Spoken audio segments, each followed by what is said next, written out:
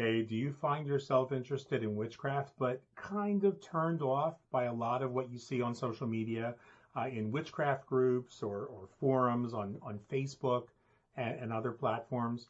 Well, welcome to my channel. In the next 10 to 15 minutes, I'm going to share with you 5 cultural challenges of being a postmodern witch in 2021 from my personal perspective.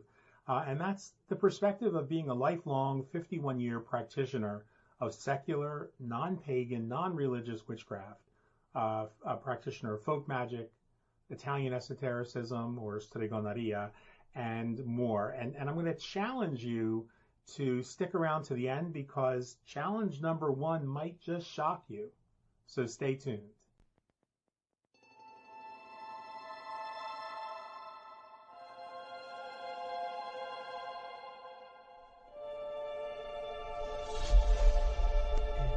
Alchemy.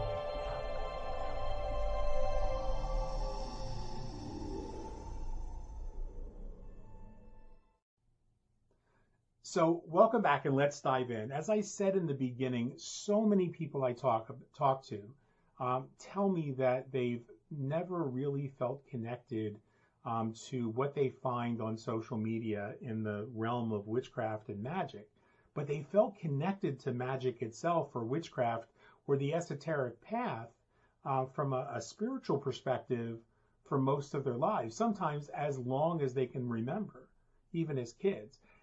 But when it comes to finding where they fit in, that's where people start to get discouraged. And this can be especially true for people who are less inclined toward religion, since the notion of having to worship gods or goddesses might be off-putting to some people like it is for me. And I get it.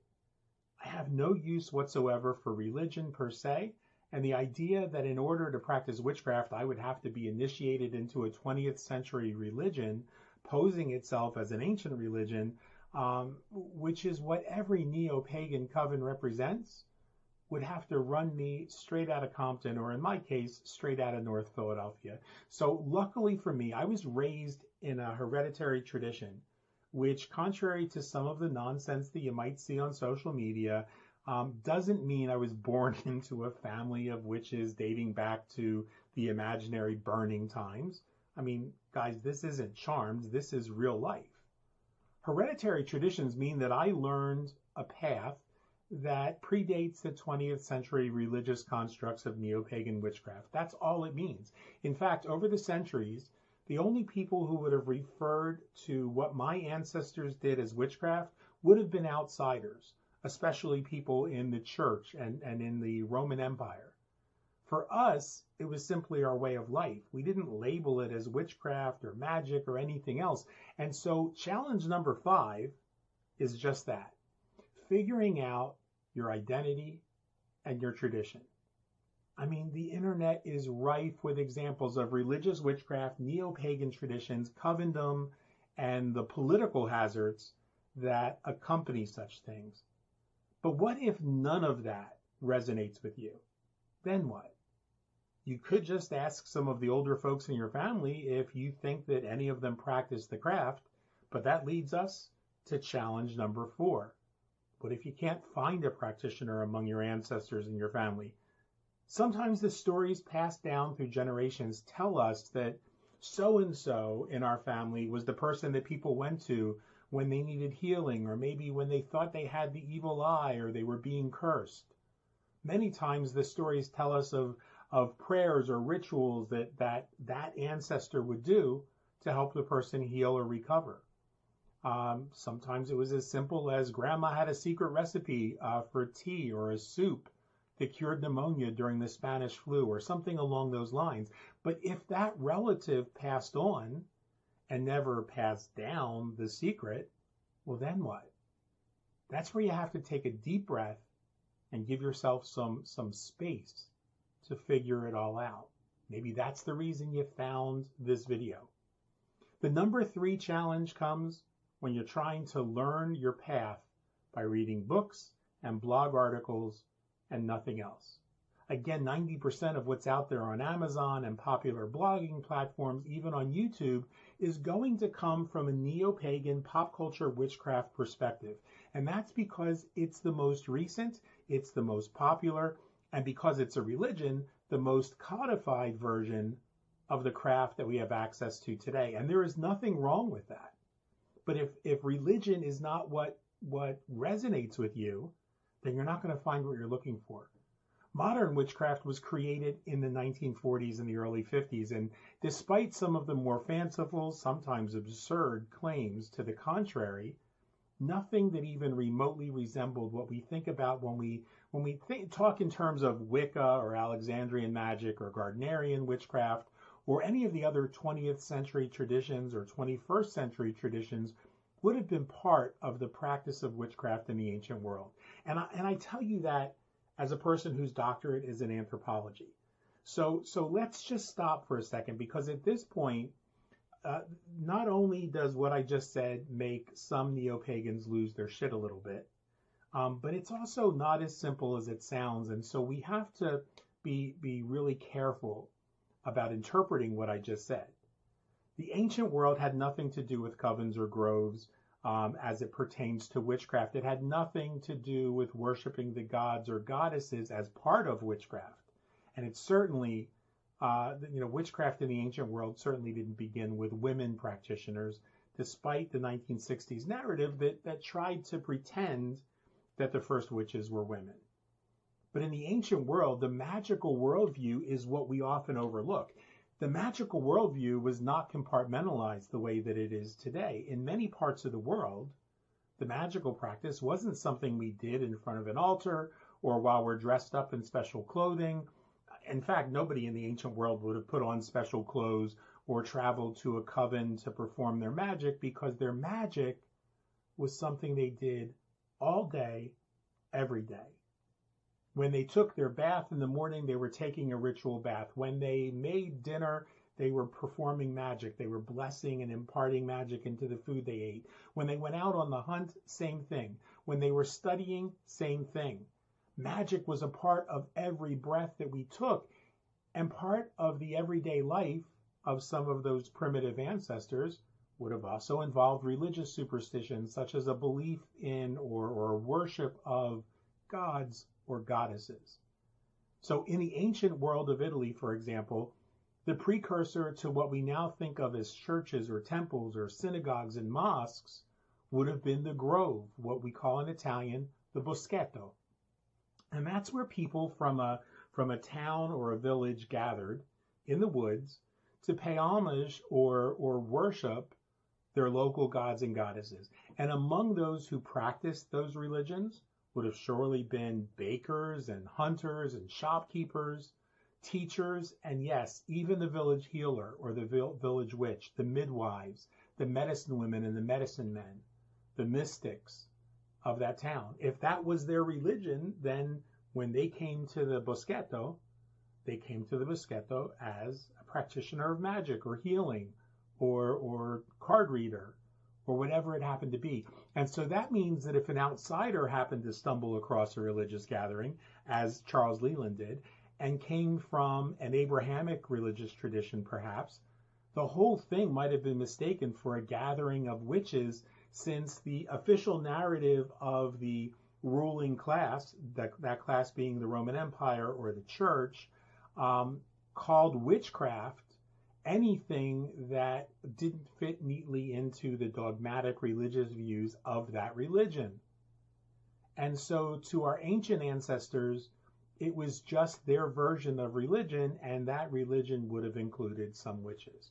If we look far enough back, we find out in the Code of Hammurabi that the word witch was referring to somebody who was a poisoner, somebody who inflicted harm upon somebody unfairly. In the 20th century, we see for the first time attempts to merge the ancient religious practice of the boschetto, the covens, with an occult practice or an occult study and magic. And that's where we get ceremonial magic, covens, initiatory witchcraft. It was born in the 20th century. So what do you do if none of that vibes with you? Well, the first thing you do is you have to have respect for those traditions, because whether they were created yesterday or they were created in the 40s and 50s or they were created thousands of years ago, somebody else's spiritual path is their spiritual path, so you respect it. But you seek out qualified mentors who can show you some of the older traditions if the religious tradition doesn't vibe with you. In general, that becomes the second challenge: finding legitimate folk magic practitioners. Now, folk magic's another word for practical magic. So I always like to tell people that you could tell a person's age and you could tell where they kind of fit into the magical world by whether the movie that really made it click for them was was The Craft or was Practical Magic, because those are kind of the two best examples I can think of, illustrations of the difference between those two practices. So folk magic's another word for practical magic or natural healing or working with the spirits and energies of the land, the spirits or energies of your home, and the ancestors, including the ancestors whom legend and superstition might have turned into gods and goddesses. And we'll talk about that in another video. And it's only a challenge to find mentors in that tradition, because most folk magic traditions are a matter of family or regional practice. And so they sometimes get interpreted as, as being closed practices. And the reason for that is, over history, many of our ancestors learned that if they were open about what it was they were doing, they would get oppressed or even suffer bodily harm or lose their lives at the hands of the religious institutions, the church, the Roman Empire. So people have come to me for the past 25 years to learn Italian witchcraft, for example, only to have me explain to them when they say, John Michael, I want you to teach me stregoneria. And I would explain to them the word stregoneria is the Italian word for witchcraft. It's not a specific type or tradition of witchcraft like Gardnerian witchcraft or Alexandrian witchcraft or Wicca. In Italy, I can think of 20 or 30 different traditions or approaches to magic, many of them differing from village to village or even family to family, and it's all called stregoneria by outsiders. It's seldom called anything by the practitioners themselves. It's just our way. We might say fallu santucci, a little holy thing that we do. So it's useful to find somebody who's willing to be generous with their time, to mentor you the way that a child or a teen growing up in a family tradition would be exposed. So and the reason for that is, this is not something you want to learn a dogmatic practice, but you want your natural talents, your natural skills and powers to develop organically rather than focusing on a rigid belief system. That's religion. That's not what we do in folk magic. And so for most people, that means talking to some of the people that a particular practitioner has taught in the past to see if you vibe with their approach and see what those people have to say about that particular teacher or mentor. But now let's get to the most important thing, and that is the number one challenge of being a postmodern witch. And for me, the number one challenge of being a postmodern witch is something that stops a lot of people dead in their tracks. And that's realizing that your path will always, always, always be uniquely yours. See, you can't look for validation or approval, especially not from religious or pagan witches, because your path might differ from theirs and they might not be as generous with their encouragement as you would like. They may not even know how to support you in a tradition that's so foreign to their own. Because let's face it, most of the people that come to modern pop culture witchcraft came from the Abrahamic religions, where they learned their entire lives dogma and doctrine and religious rules and just sort of this rigid structure. So when somebody comes and they say, no, I don't want any of that structure, I want to organically practice magic, they don't always know how to deal with you. But don't become like them, because there are absolutely some incredible, gifted, truly legitimate practitioners of pop culture witchcraft, some of whom have even started their own amazing coven traditions and coven religions. for those who are just not looking to cultivate their magical powers, but maybe who want the security of a religion. And you just have to seek them out. And if that's something that you're looking for, go ahead and shoot me a message, and I'll be happy to point out some great resources to you. Drop a comment below and say, I'm looking for a coven. And I'll point you in the direction of some fantastic people. But if that doesn't sound like you, if you're more like me, the good news is that in recent years, a growing number of practitioners of non-religious, post-denominational, postmodern witchcraft, magic, sorcery, root work, conjure workers, and healing practitioners have become more visible thanks to social media, including a group of 5 respected teachers from different and really culturally diverse traditions who joined with me about a year ago to form a small community of a dozen or so people, which has already grown to about 50 people now around the world a year later. And what we did was we created an intentional community, which we call the collective, because it really is a collective. It's a gathering of a truly organic grassroots community of people from different paths. Some of them secular, some of them religious, some of them pagan, some of them not, with no hierarchy, no guru, no authority structure. That a group that's just designed to simply encourage and support one another in finding our path and recognizing that our path can change from time to time. There's healers, there are card readers, root workers, energy workers, plant magic practitioners, midwives, psychics, artists, and teachers that are part of our collective. And most of all, we're like family. We have fun, we hang out together, we get together once a week and talk about whatever it is that we want to talk about. And there's lots of laughter, lots of craziness, lots of off-color jokes.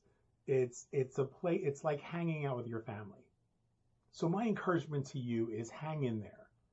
I guess the point of this video is that no matter what the challenge, you're never really alone. And if this vibes with you, then maybe check out the video series that I did on my tradition. It may not be a good fit for you, but it might inspire you further on your own journey. And be sure to like and subscribe and all of that stuff, and hit the notification bell so that you can stay in touch with us. We would love that. But before you go, I would really love it if you would drop a comment below and let me know what kind of witchy topics you wish you could find more of on YouTube and social media, because that'll help me to ensure that you always find interesting stuff on our channel.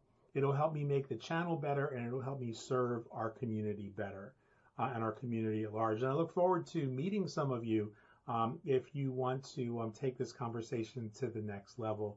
Thanks for tuning in. We'll look forward to seeing you soon.